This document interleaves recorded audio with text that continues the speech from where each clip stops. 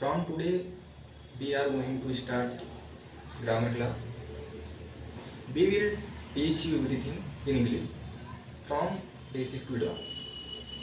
So, students, today we are going to discuss about what is letter, word and sentence. आज grammar की class का first video है, जिसमें हम सबसे पहले इंग्लिश का जो बेस है, ठीक है, जो हमें अगर हमें इंग्लिश लैंग्वेज या फिर किसी लैंग्वेज की अगर हम बात करते हैं तो यदि हम उसे सीखना चाहते हैं तो उसका जो बेस होता है, सबसे स्टार्टिंग जो हमें पढ़ना होता है वो क्या होता है, उसके अक्षर होते हैं, शब्द होते हैं और उसके क्या होते हैं, वाक्य। अगर हम हिंदी की भी बात करें तो सबसे पहले हमें अक्षरों को और उसके बाद शब्दों को और उसके बाद वाक्यों को समझना होता है। सेम वही प्रोसेस इंग्लिश में भी हम फॉलो करते हैं। सबसे फर्स्ट हम क्या पढ़ते हैं, लेटर्स को पढ़ते हैं, अक्षरों को। उसके बाद हम वर्ड्स को समझेंगे, वर्ड्स क्या होते हैं, और उसके बाद हम सेंटेंस को समझते हैं। ठीक है, ये जब तीन चीज़ें क्लियर होती हैं उसके बाद हम इंग्लिश में एक स्टेप आगे बढ़ते हैं और हमें इंग्लिश में जो भी समझना है, पार्ट्स ऑफ स्पीच हो गई, टेंस हो गया, जो भी पढ़ना है उसके आगे हम कवर करते हैं। तो चूँकि आज हम फर्स्ट वीडियो है और फर्स्ट क्लास है तो इसमें हम लोग समझने वाले हैं कि लेटर्स क्या होते हैं, वर्ड्स क्या होते हैं और सेंटेंस क्या होते हैं। ठीक, तो अगर हम लेटर्स और वर्ड सेंटेंस की बात करें तो ये तीनों सेम नहीं होते। ठीक है, letter is different from words and word is different from sentence. ठीक है, ये तीनों आपस में अलग होते हैं।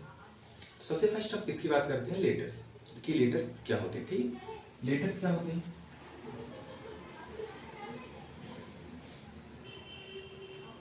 अगर हम लेटर्स की बात करते हैं तो जैसे कि हमने बोला भी कि अगर हम इंग्लिश लैंग्वेज या फिर कोई भी लैंग्वेज सीखना चाहें तो सबसे पहले हम क्या सीखते हैं, उसके लेटर्स को अच्छे से हम समझते हैं, अंडरस्टैंड करते हैं। तो लेटर्स क्या होते हैं, लेटर्स जो होते हैं किसी लैंग्वेज की क्या होती है, स्मॉलेस्ट यूनिट होती है, सबसे छोटी इकाई होती है, क्या होती है, लेटर्स होती है। जैसे अगर हम इसकी डेफिनेशन की बात करें तो letters are the smallest unit of the language. ठीक है, letters are the smallest unit of the language. और लेटर्स होते क्या है, अगर हम उसकी बात करते हैं यहाँ पास तो जैसे ए बी सी डी या फिर जेड तक हम जाते हैं तो ये सभी क्या हो गए, यही होते हैं हमारे लेटर्स। ठीक है, and there are 26 letter in alphabet. कितने लेटर्स होते हैं टोटल, 26 लेटर होते हैं इंग्लिश में। ठीक है, ए टू जेड, है ना। उसके बाद हम यदि वर्ड्स की बात करते हैं, लेटर्स के बाद हमारा क्या आता है, नेक्स्ट वर्ड, है ना, वर्ड। वर्ड, अब ये वर्ड क्या होता है, इन्हीं लेटर्स यदि हम कंबाइन करते हैं, एक दूसरे से जोड़ देते हैं तो क्या बन जाता है, हमारा वर्ड बन जाता है। लेकिन ऐसा नहीं है कि हमने बी है और ए है, ठीक है, और जैसे के है, मतलब उसका कोई सेंस होना चाहिए। ऐसा नहीं कि कोई भी वर्ड्स हम एनी 3 वर्ड्स ले लिए और उनको आपस में कंबाइन कर दिए तो वर्ड बन जाए, ऐसा नहीं। मतलब ऐसे लेटर्स हमें लेने हैं जिनके मतलब अगर हमको कंबाइन करते हैं तो उनका कोई सेंस निकलना चाहिए, है ना। तो सबसे पहले हम इसकी डेफिनेशन की बात करते हैं कि डेफिनेशन क्या होती है। तो डेफिनेशन इसकी होती है, words are the group of letters. Words क्या होती हैं, words are the group of letters which makes a complete sense.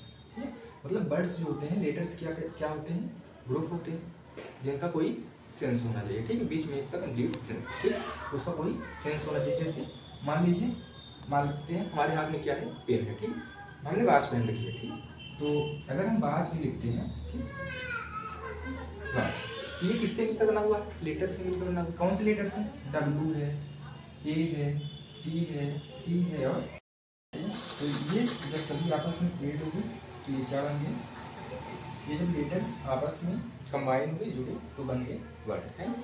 अब इसका ऐसा नहीं है कि मतलब कोई भी लेटर्स हम ले लेते हैं तो आपस में कंबाइन होकर वर्ड ही बन जाएंगे, ऐसा नहीं है। अब मान लीजिए हमारे पास हमने ए ले लिया, टी ले लिया, सी ले लिया, डी लिख लिया, इसका कोई सेंस नहीं निकल रहा। ठीक है, कि लेटर्स लेट हैं, ठीक है, बट इसका कोई सेंस नहीं निकल रहा है, इसमें क्या पढ़ेंगे, इसका क्या सेंस होगा कुछ पता नहीं। ठीक, इसलिए क्या है, वर्ड नहीं।